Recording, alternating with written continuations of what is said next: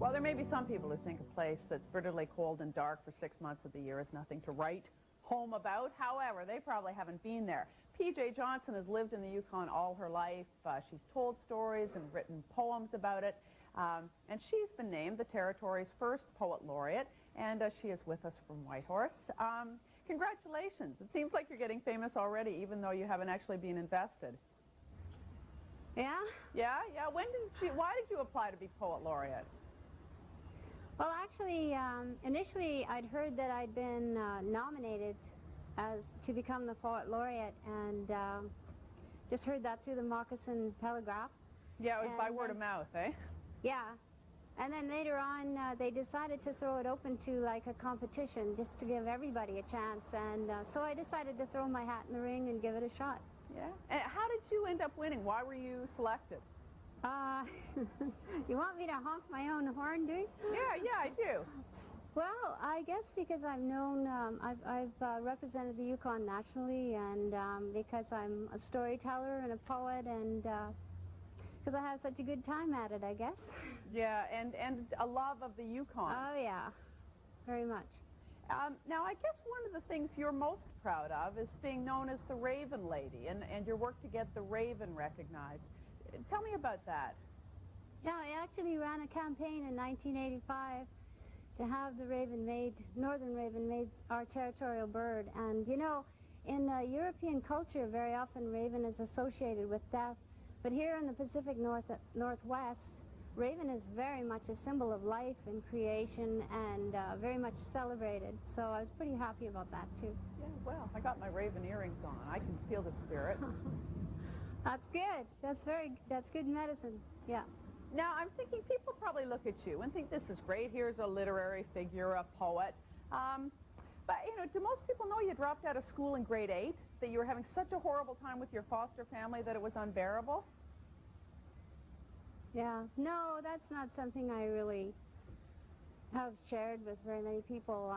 It's kind of in the past, and I've gone on from there. Yeah, but you know, the thing that's interesting about it, you know, is I think it's an instructive story for other people who may have given up, who may not be able to read that well or may not be literate, that you could be an example of someone who has struggled and overcome. Yeah, perhaps it could be, because when I look back now, it's kind of hard for me to believe that actually I, you know, have gone on to become quote-unquote a writer. Really, I'm a storyteller, but I've begun to be able to write my stories down, and I'm a playwright and things like that. And last spring, I had the honor of being the first Yukoner included in the Young Authors Conference, along with Jane Urquhart and Nino Ricci and Rob Carrier, and it was fantastic. And I got to spend 3 days over at the high school doing workshops with the kids there, and I remember looking around thinking, wow, I've never even been to high school, and I had this huge table with 15 high schoolers sitting around the table looking at me, and I thought, well, PJ, you better make it good, you know. But by the end, it was really hard to say goodbye. We just had a great time. Yeah, but how did you do that? I mean, did you just on your own as an adult start to read? Did you just decide that you wanted to know more? Kind of like that, yeah. Actually, I bought a set of children's encyclopedias and started there, because they're very basic and easy to read, and I found I had to look up a lot of words and things. But I really began to hunger for knowledge, and I picked up what I considered a really advanced book. It's Toffler's Future Shock. And I made a deal with myself that every time I met up with a word I didn't know, I had to look it up and write it down. And it took me a record time to read that book, I think about a month and a half. And then I had to read it over, and by the second time I read it over, I understood the book, and I really enjoyed it.